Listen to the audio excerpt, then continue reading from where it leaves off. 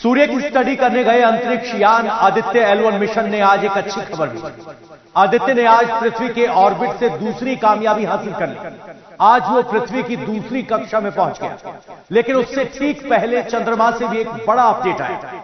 चंद्रयान 3 के रोवर प्रज्ञान ने अपना काम पूरा कर लिया है और अब उसे स्लीपिंग मोड में भेज दिया गया है। अगले कुछ दिनों तक वो नींद में रहेगा।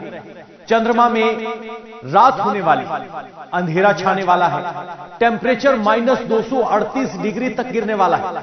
क्या चंद्रयान इतनी ठंड झेल पाएगा? क्या वो नींद से दोबारा जागेगा? चंद्रमा की यही सस्पेंस इस रिपोर्ट में छिपा है।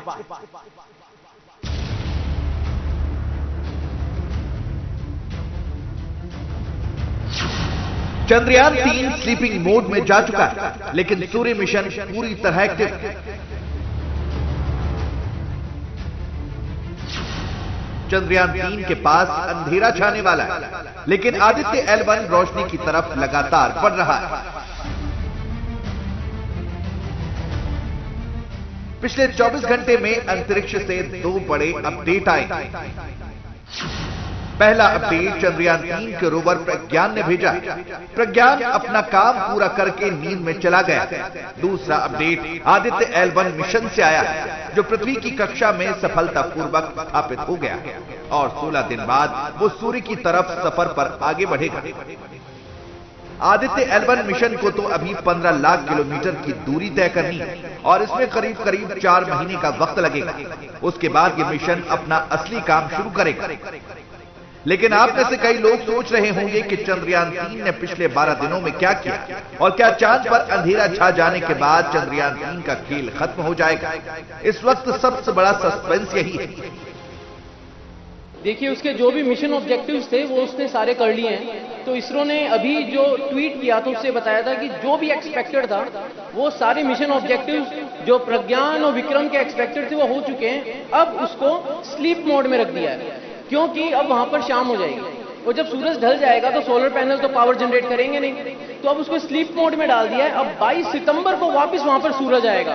तो अगर 22 सितंबर को जब सोलर पैनल्स पे सूरज की रोशनी गिरेगी और वो वापस पावर जनरेट कर अगर प्रज्ञान और विक्रम को जगा देते हैं और वो फिर से जाग जाते हैं तो ये बोनस होगा। अब सबसे बड़ा सवाल यही है कि 22 सितंबर को क्या होगा? इतने दिनों तक चांद की सतह पर क्या कुछ होगा? क्या प्रज्ञान नींद से दोबारा जाग पाएगा? इसे समझने के लिए लूनर डे के कॉन्सेप्ट को समझना होगा। पृथ्वी के 14 दिन के बराबर चंद्रमा का एक दिन होता है और पृथ्वी की 14 रात के बराबर चंद्रमा की एक रात होती है। इसका मतलब यह हुआ कि चांद पर जब अंधेरा छा जाएगा तो फिर 14 रात के बराबर वक्त के बाद ही वहां पर सूर्य की रोशनी आएगी। इसीलिए इसरो ने चंद्रयान 3 मिशन को उस वक्त चंद्रमा की सतह पर उतारा था जब वहां पर दिन की शुरुआत हो रही थी। इसरो की प्लानिंग थी कि चांद के जिस हिस्से पर लैंडर और रोवर उतरे वहां अगले 14 दिनों तक उस पर सूर्य की रोशनी पड़ती रही। 23 अगस्त को रोवर प्रज्ञान चांद की सतह पर लैंडर से उतरकर बाहर आया था। इस हिसाब से वो 5 सितंबर तक काम कर सकता था, लेकिन इसरो ने उसे 3 दिन पहले ही स्लीपिंग मोड में डाल दिया।